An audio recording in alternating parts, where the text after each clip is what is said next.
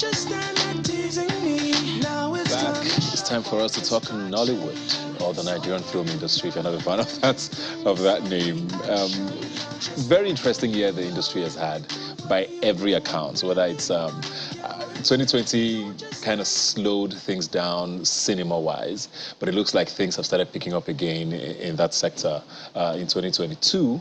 But the streaming wars have brought a whole other dynamic to things, and seeing fresh faces, seeing all kinds and all genres of movies come out of Nigeria is so heartwarming, and I have two very special guests here with me to talk about all that's happening there and hopefully what 2023 will be bringing. CJ Obasi is here with us, and of course, the Folu Storms. Welcome back. Thank you.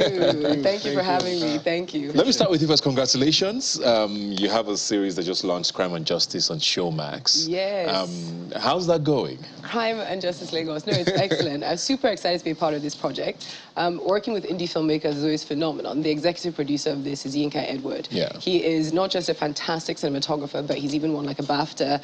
I mean, he's just excellent at what he does. He's been involved in some of the most pivotal projects to come out of Nigeria. Yeah. From The Figurine to, you know, you name it, Genevieve's last project, Lionheart, that he was behind. So then coming together with a team of creatives to put together this procedural crime investigative drama, a genre that we don't really see very often. You know, it was risky, but then the second I read the script, I was like, this is the best thought out project from beginning to end I've come across. I didn't even negotiate. I was like, just how can I be involved? And that's what I wanted to ask, because we're seeing a lot of that now. Like you just said, it's not something you see very often from here. We're seeing action movies. Yes. We're seeing high school dramas. We're seeing, you know, things away from the norm, which is usually the mother-in-law or the love stories. You know, what's happening? Why do you think that's happening now? Honestly, I think it's all credit to people like CJ, actually, who are they're taking our name and taking our work international, and not just international for the sake of being it, but quality at the end of the day. And when you have that, you will then have platforms like Showmax, who are then happy to say, do you know what, we want to give you filmmakers this opportunity to create something like this. And that's really the bottom line, because the whole world is interested in the African continent. They're interested in what we have, and they're interested in our stories. The diaspora, our people are interested in reconnecting in a real and tangible way. Yeah. And we're seeing it globally with Hollywood films, and it's nice to know that even Nigerian filmmakers are taking ownership of that and are stepping into the playing field. So that's what's happening. Very, very heartwarming. Now, you mentioned CJ, then you mentioned Hollywood, and I think it's, I mean, you are about to do great things. Your movie is first, am I right, official selection from Nigeria for the Sundance Film Festival. Yeah, homegrown. Homegrown. And I think that's a big deal, because anybody who understands anything about filmmaking and hears the word Sundance knows that it is a big deal. So congratulations on that. But I'm also very happy about that, because there was this sort of opera this year, you know, about what's the movie called now? The Hollywood movie that had the black lady, or the black girl with not Woman King. That was the mermaid. Oh yeah, The Little Mermaid. The Little Mermaid, that had the black girl doing it, and it was this opera. Oh, it's supposed to be white, you know. And I'm like, but Mami Wata is also our thing, you know. So it's nice to see that a movie called Mami Wata is going to be showing there. I don't know what it is about, what the context is, but congratulations on that. And you've also had, like she said, quite a run with doing sort of unusual in our part of the world movies and films. What drives you to do that? Because money is usually a good factor here, you know, and people don't believe those kind of films make money, or do they? Well, I've always believed that they did, or they can, you know, because I've never really made the distinction between commerce and art, just on a personal level. I've always believed that the fact that maybe our industry is yet to catch up to the idea that alternative kinds of cinema can make money doesn't mean that there aren't other ways for a filmmaker to explore to, you know, make their art or craft viable commercially. And for me personally, I've been a filmmaker, like a full-time filmmaker. I don't have anything on the side, so for some reason, I've been able to sustain that for at least 8 years and sustain that at a very viable level. How are you doing that? Because the argument now is that the streaming platforms have helped, you know, sort of democratize the space. You know, back in the day, if you wanted to do a movie like Juju Stories, for example, which you did, you'll be like, oh, will the cinemas want it? Will people want to pay? Is it a blockbuster? But streaming platforms have made it, you know what, anything can come on. So how were you doing it? What was the motivation to do it before, say, 2019, 2020, when this boom in when streaming happened? Yeah, it was tough. I like to say that there was a shift in about 2016, when I formed a collective with two friends of mine, Abba Makama and Michael Omonua. We called it the Surreal 16 Collective, and it was just in answer to this question, like how can we continue doing what we do, but also make it commercially viable for us. Yeah. And the only way we could do that was to collaborate, because just one person, you're just one guy, but three is a force. And so that became sort of like the birthing seeds to what made, the films like Lost Okoroshi, Tattoos, Rehearsal, and then subsequently Juju Stories.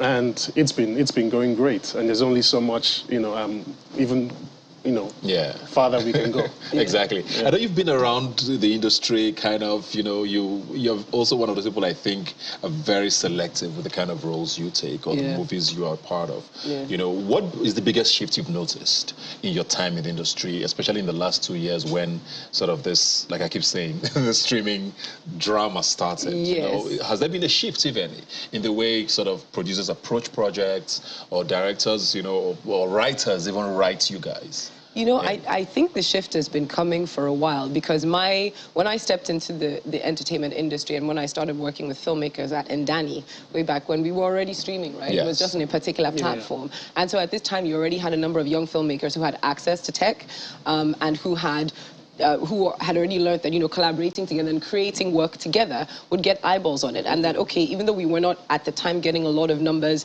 within Nigeria, this also allowed for our work to go across to the diaspora. Because one of the things that we would notice if you go online, you'll see how many people from all across the world are clicking in to watch. Right.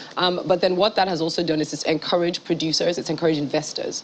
Because now it's a little easier to track where your money is coming from. If things are online, if things are streaming, you then know where your returns are coming from. And that's one of the biggest things. So to get a project like Crime and Justice Online or Lagos and to say this is viable, you're already saying we have access to this number of people, not just at home, but also within certain parts of the diaspora because you can in certain other countries stream it. So it means that writers are bolder in what they're going to write. They're no longer limited by this idea that our audience is only from a specific place. Our audience is global. Yeah. Even if they're a Nigerian audience, they're all over the world. The Nigerians have experienced all sorts of things. Our audience is more exposed and more educated than at any other time in history ever because of access to tech, because of how connected the world is. So, I mean, it's a really exciting time to be a filmmaker because now you're like, okay, we can really make this thing work. Let's see. And now there's a lot more information sharing. So the avenues to funds are multiple. It's not just about one distributor. It's about what happens if you go on festival circuits. It's about what happens if you connect in certain ways. There are grants available. There are grants for people of color, grants for people of African descent.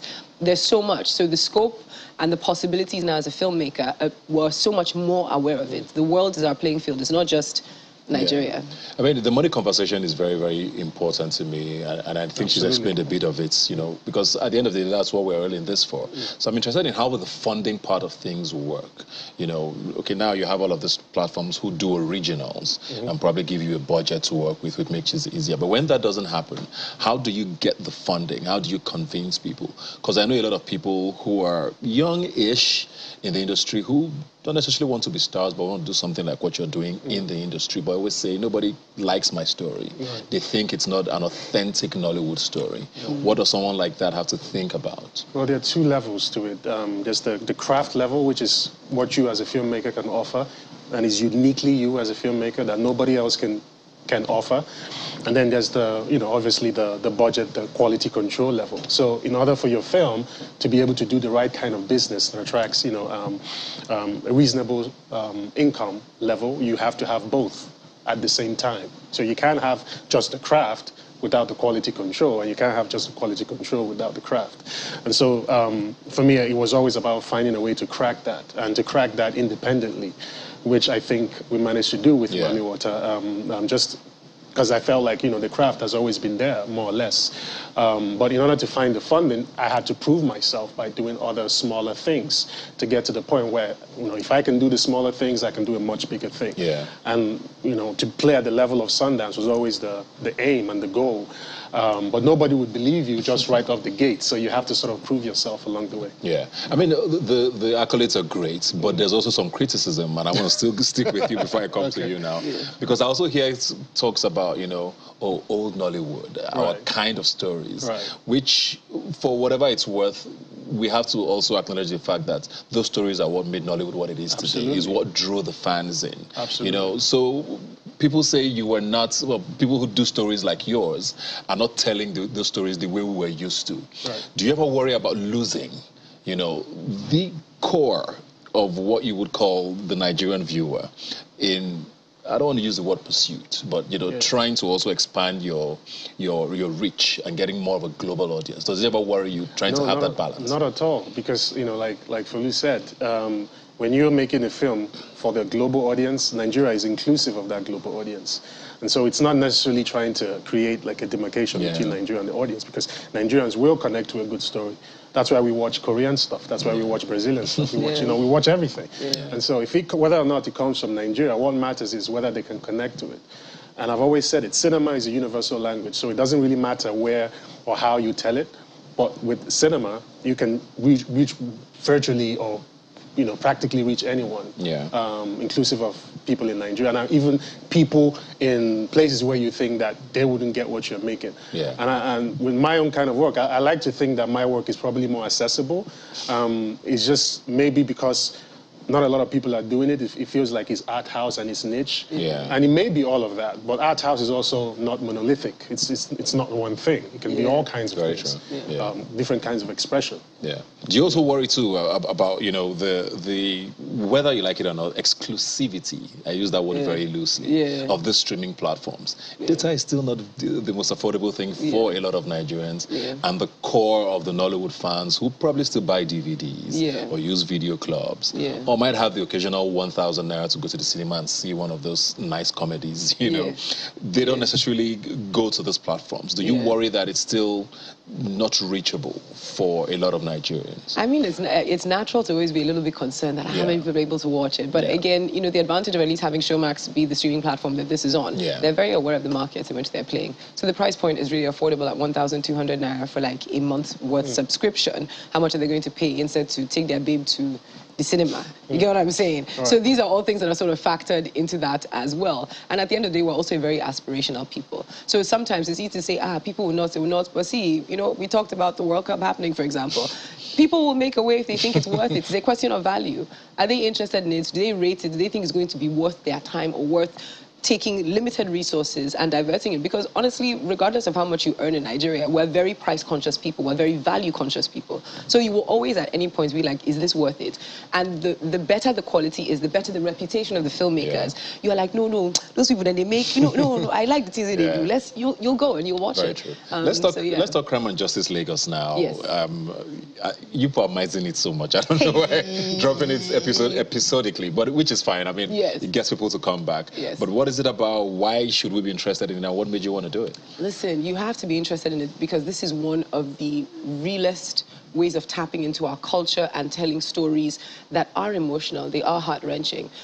Every day, to be young and to be Nigerian, or to be Nigerian in general, or African, you've experienced some form of crime. It's just a part of life, it's what happens. And we have some of the most peculiar stories as well, how people get involved in it, what happens. The criminal is not who you always think it is, and that's part of what this story does. For example, episode 2, which is out, and it's titled Sliced. The opening scene is this beautiful naming ceremony, and emotionally, you connect immediately because it's so much hope, it's so much joy, it's our culture, it's probably a culture that not a lot of people see displayed on TV. I mean, when I read even the way that this was written, I was like, this is perfect, because not only is it showing us our security forces in a different light, because there are men and women who are doing their best, despite some incredibly challenging circumstances, despite some serious limitations, but they are trying day in and day out, and we don't get to hear about them a lot. We have some incredibly intelligent people in our armed forces, across all armed forces, but again, we don't get to hear about that a lot. So seeing a project that allowed me to go outside, you know, very stereotypical, soft babe, cute stuff, you know what I'm saying, and tell these very boy meets girl, but tell these also within that, and it'll have those elements there, but very real stories, very powerful stories, things that people can connect to. I was like, yo, and me too. I also want the bulk because I'm watching as you people are watching. I haven't seen the end result. So you're seeing it as we're That's the thing with being the actor, right? You're not the director, you're not the producer. You don't get to sit in the chopping room. And they never show people these things. Maybe once in a while, so come and watch some rough cuts. So I've seen a couple rough cuts from a couple of episodes, and it was so exciting. I was like, oh boy.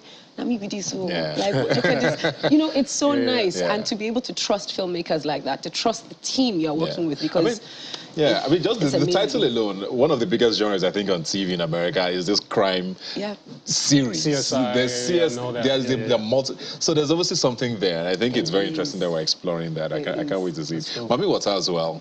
What is it about? I know you don't want to give it to us yet. We have to go to Sundance in case you don't know. Yes, the first Nigerian selection officially at Sundance Film Festival. Once again, yes. What is it about, and when can we, if at all, see it? Since we can't all get tickets. So our African distributor is Film One. Okay. So you can be sure it's going to get a wide release across the country and across Africa as well. So I'm looking forward to that. But after Sundance, we'll have a few more festivals, and then we'll roll out to the rest of the country. Yeah. What's the context of it, though? What the film is Because about. I just hear Mami Water, and I'm just wondering these evil spirits who comes out of the and that's water. why we make the film. Because people have a certain, when it comes to our culture, our religion, our spirituality, people have a certain perception of it. And it's really not our fault. You know, it has a lot to do, I mean, you can blame colonialism as much as you like, but that's only one part of the story. The other part of the story is what we, infuse on our own selves, on our own stories. And I feel like with Mami Water, it gave me the opportunity to sort of like showcase a new way of looking at things. I mean, it's not the all-inclusive way, but it's one way. And I think that's one of the great possibilities that cinema offers. And I think in a country like Nigeria, where we are so diverse, we have so many religions, so many belief systems, so many traditions. One thing that connects Nigeria is Mami Water, as crazy as that sounds. Everybody knows Mami Water. And even further, I've traveled across West Africa, and I found that they all have the same connection to Mami Water as well. And so beyond just connecting to Nigerians, I found that it was a West African folklore. And that sort of has a unifying factor, that It's interesting that you said that. Whenever I hear one thing that unites Nigerians, I always hear football. I think. Mami Water. So one of the things, football and Mami Water. Very interesting. Very quickly now, ladies first, one sentence. Excited for 2023 for the industry? Oh, I'm so excited for the industry 2023. I see more growth. I see more international collaborations, more connections. We're doing phenomenal things already, so I feel like the next year is about to blow up even more.